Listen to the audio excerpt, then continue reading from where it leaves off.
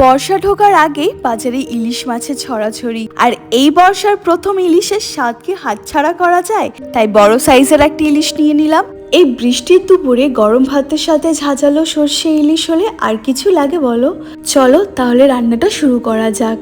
প্রথমে আমাদের একটা মশলা তৈরি করে নিতে হবে। এর জন্য মিক্সচার গ্রাইন্ডারে নিয়ে নিচ্ছি কালো সাদা সর্ষে, সামান্য লবণ, কটা কাঁচা লঙ্কা আর সামান্য জল। এবার এটাকে ভালো করে ব্লেন্ড করে একটা মিশ্রণ পেস্ট তৈরি করে নেব।